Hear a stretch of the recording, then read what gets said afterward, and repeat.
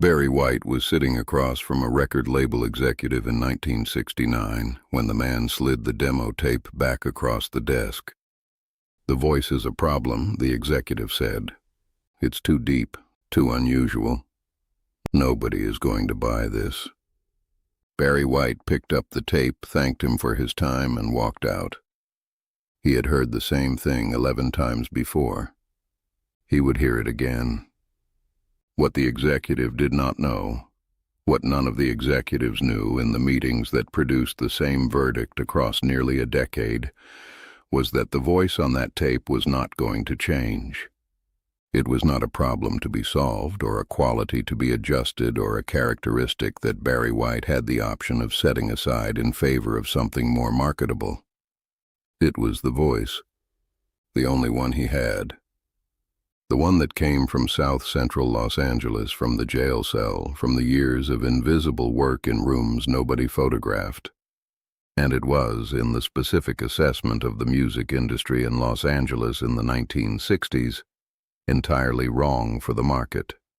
100 million records later, that assessment looks like one of the great miscalculations in the history of popular music.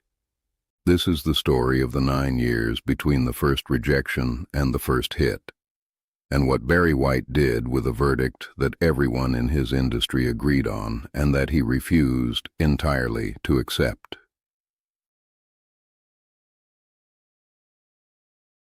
The Los Angeles music industry in the 1960s operated with a confidence that is difficult in retrospect to fully appreciate.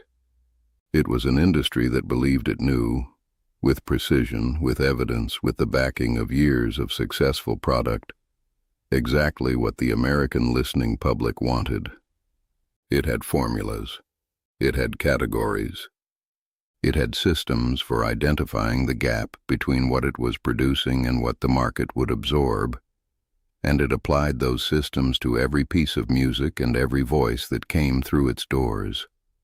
Barry White came through those doors repeatedly, across the late 1950s and through the 1960s in various forms, as a session musician, as a songwriter, as a producer working on other people's material, and eventually as a performer, presenting his own voice for evaluation. The voice was the problem. Every time, it occupied a register that the industry did not have a category for. Too low for the pop formats that dominated the charts. Too unconventional for the R&B structures that the labels understood. Too singular. The kind of voice that does not fit anywhere because it has not yet made the category that would fit it. The people making these assessments were not stupid. They were experienced professionals applying the accumulated knowledge of an industry that had been right enough times to develop considerable faith in its own judgment. They were also, in this specific case, entirely and comprehensively wrong. But in the 1960s, the evidence for that wrongness did not yet exist. What existed was the voice and the verdict, and Barry White walking out of meeting after meeting with the tape in his hand and the same information he had arrived with.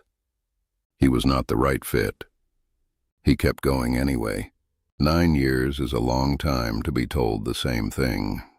It is long enough for most people to begin to believe it, to internalize the verdict, to adjust their understanding of themselves to match the assessment they keep receiving, to redirect their effort towards something the world has agreed to recognize. Barry White did not do this. What he did instead was work, not toward a modified version of himself that the industry would find more acceptable, not toward a compromise between what he was and what the labels wanted, toward the clearest, most complete expression of what he was already, as if the rejections were not verdicts, but measurements of how far he still had to travel before the thing he was building would be large enough to be unmistakable.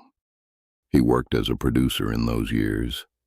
He learned the architecture of records from the inside, how they were built, what made them work, the specific relationship between a voice and the orchestration around it. He was developing in parallel with everything else a musical intelligence that would eventually become one of the most distinctive production signatures in popular music.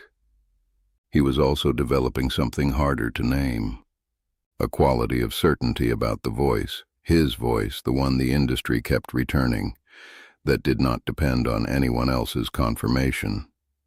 A decision made somewhere in those 9 years of the same answer, that the voice was not the problem. The problem was the industry's inability to hear what the voice was doing. That was not a problem Barry White could solve in a meeting room. It was a problem that could only be solved by a record, by the voice in the room, on the tape, in the world, loud enough and specific enough that the people who had been unable to hear it would have no choice but to listen. He did not have that record yet, but he was building it. The decision, when it came, was not dramatic. It did not arrive in a single moment of resolution or a confrontation with the system that had been saying no for a decade. It arrived gradually in the way that most real decisions arrive, as the accumulation of smaller choices that eventually add up to a direction. Barry White stopped trying to get the existing labels to agree. He began instead to build the infrastructure to make the record himself, or as close to himself as the economics of the early 1970s music industry would allow. He found a small label with enough distribution to get a record pressed and into stores. He assembled the musicians he needed. He worked with Gene Page, an arranger whose name would appear on every subsequent Barry White record and who would remain, despite the scale of what they built together, almost entirely unknown to the public that consumed their work. Gene Page was the other half of the sound. If Barry White's voice was the warmth at the center of the records, Gene Page's orchestrations were the architecture around it. The strings, the horns, the specific density of the arrangements that gave the voice the space it needed to do what it did. They understood each other in the way that great collaborators understand each other, not through conversation, but through the shared recognition of what they were trying to build and the mutual certainty that it was worth building. The sessions that would become the first Barry White recordings happened in rooms that were not the rooms he had been refused entry to for 9 years. They happened in rooms where the only criteria was whether the sound on the tape was the sound in his head. It was. The first Barry White single came out in the spring of 1973. The voice that the industry had spent 9 years returning went to number 3 on the Billboard Hot 100. It went higher on the R&B chart. It was played on radio stations run by the same industry that had decided, across the same 9 years, that it had no market. The labels called.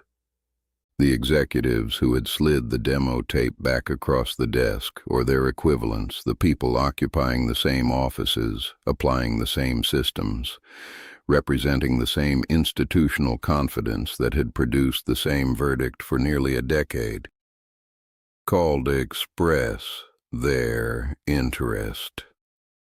Barry White had not changed the voice. He had not modified it in the direction of the categories that had rejected it. The voice on the 1973 record was the same voice that had been on the demo tapes in 1964 and 1966 and 1969. The same depth, the same register, the same qualities that every executive had identified as the problem. What had changed was the context around the voice. The orchestrations Gene Page had built, the specific production choices that allowed the voice to occupy the space it had always needed, the absence of anyone trying to fit it into a category that did not belong to it, and, perhaps most significantly, the fact that it was now on the radio. The industry's assessment of what the market wanted was, in the end, an assessment based on what the market had been offered. What the market had never been offered was Barry White, properly recorded, properly produced in the full context of the sound he and Gene Page had spent years building in rooms that nobody from the labels had bothered to visit. When the market was finally offered it, the market responded with considerable clarity. 100 million times, eventually.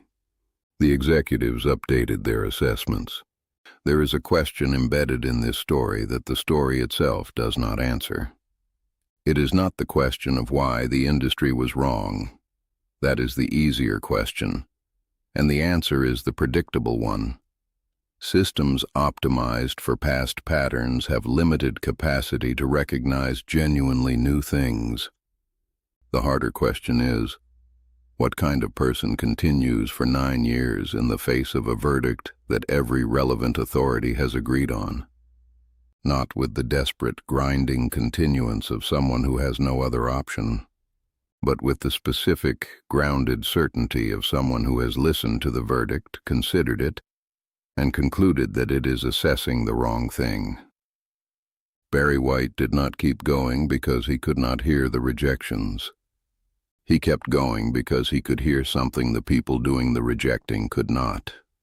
The voice in his head that matched the voice on the tape that they kept returning, and the certainty that those two things were not the problem. He kept going because he had come from South Central Los Angeles, from a gang, from a jail cell, from a decade of invisible work. And he had learned, in those places, in those years, the specific difference between a verdict that is final and a verdict that is only final if you accept it. He did not accept it. 100 million records. The voice, they said, had no market in the end, reached more people than most of the voices they had decided were right. It reached them in their living rooms and their cars and the most private spaces of their lives. It reached them in moments they did not have language for and gave them something to hold on to. It reached them the way that only a voice carrying real weight can reach people, not by performing intimacy, but by actually having been somewhere. Barry White had been somewhere. And the voice that came back from that somewhere was, it turned out, exactly what 100 million people needed to hear. The executives were wrong. He knew it before they did. And he had the patience, and the particular kind of stubbornness that looks, from the outside, almost like faith, to wait until the world caught up. If this story reached you, if there is something in your own life that the world has assessed as wrong and you are not yet ready to accept that verdict, tell me about it in the comments. I read everyone. And if you want more stories like this, subscribe. The untold ones, the ones underneath the music. There are more to tell.